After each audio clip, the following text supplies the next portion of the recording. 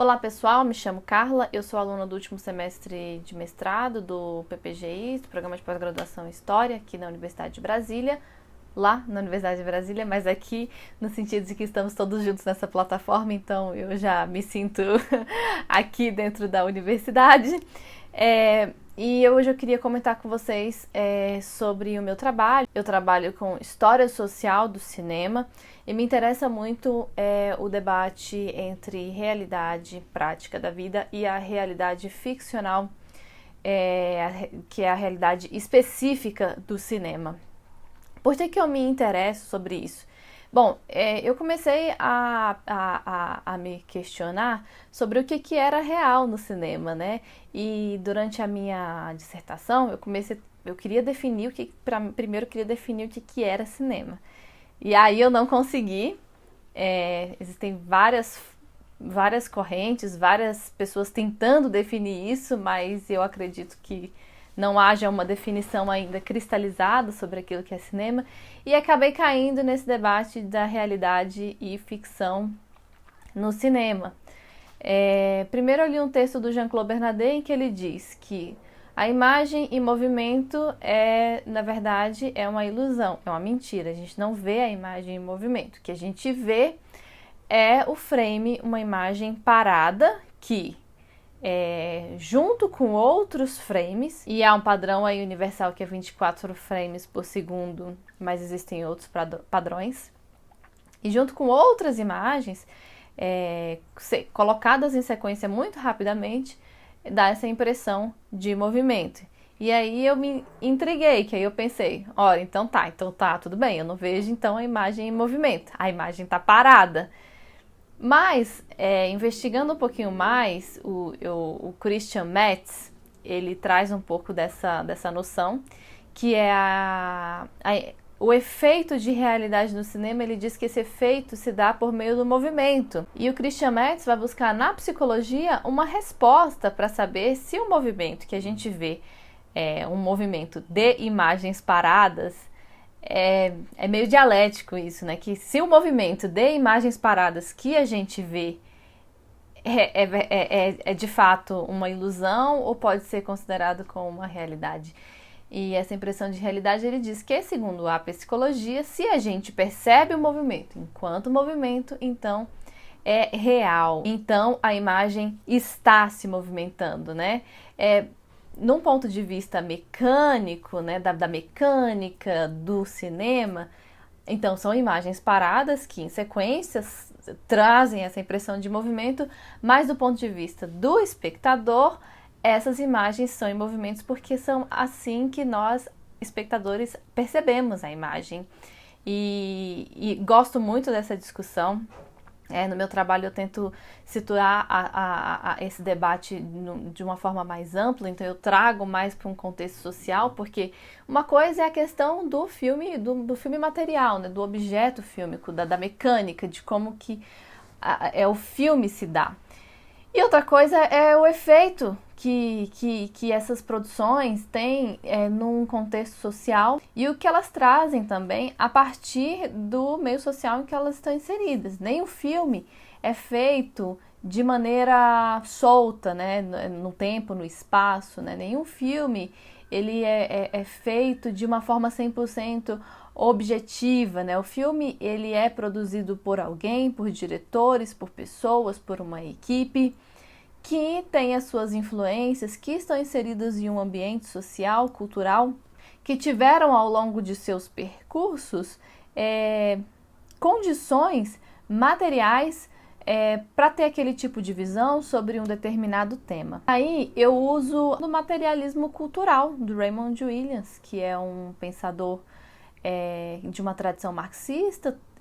O materialismo cultural ele tem como premissa o materialismo histórico, que são condições materiais encontradas em um determinado meio social que tem para se produzir um produto cultural. O Raymond Williams ele vai dizer que o produto cultural ele não é só impactado por quem o produz, ele não é só o resultado da sociedade que o produz, do diretor, dos realizadores de cinema que o produzem. Ele é também um constituidor, ele é também, ele fala constituinte, mas ele é também um formador de perspectivas, de visões. Então, quando a gente escuta aquela frase, né, a arte imita a vida.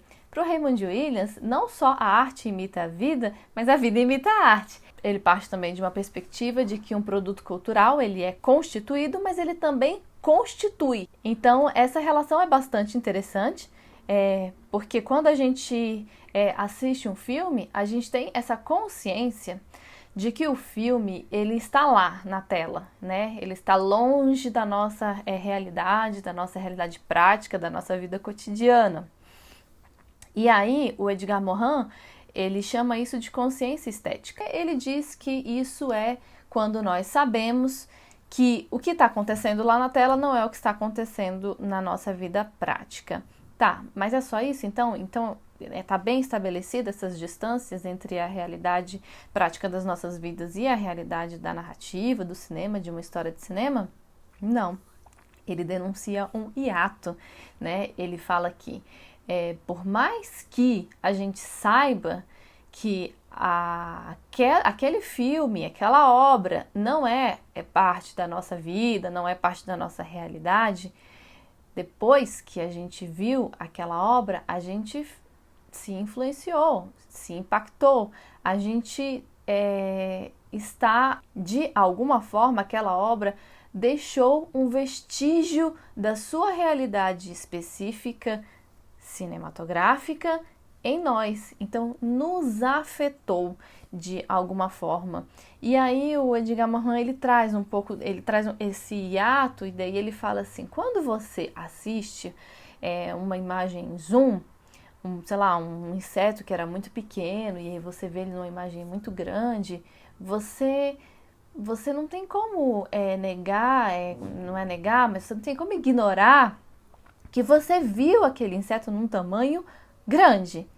Então, por mais que aquilo seja aquela realidade lá do cinema, você viu aquilo e aquilo está em você. Aquela experiência já está em você. Esse é o vestígio que o cinema deixa naqueles que assistem às obras cinematográficas. E esse momento do hiato entre a realidade e a ficção e dessa percepção, ela é elaborada no momento do afeto, porque quando a gente assiste uma obra e a gente se emociona com a obra, a gente ri, a gente chora, a gente está se emocionando, a gente está se afetando a partir de uma obra ficcional, mas o afeto é real.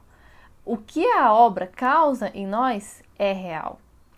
E aí, essa é uma perspectiva interessante, porque quando a gente olha de perto para as relações entre o filme e o espectador, a gente vê que essa relação não é tão distante. E quando a gente se afeta com uma obra, quando a gente chora, a gente vai assistir um filme de comédia e a gente ri, e a gente vai assistir um filme de terror e a gente sente medo. Quando a gente se afeta, esse afeto é real, né? E essa relação do afeto, ela reduz essa distância entre a realidade específica do cinema e a realidade prática da vida.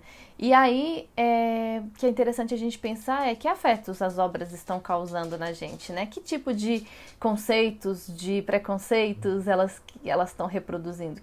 O que essas obras têm nos feito pensar, né?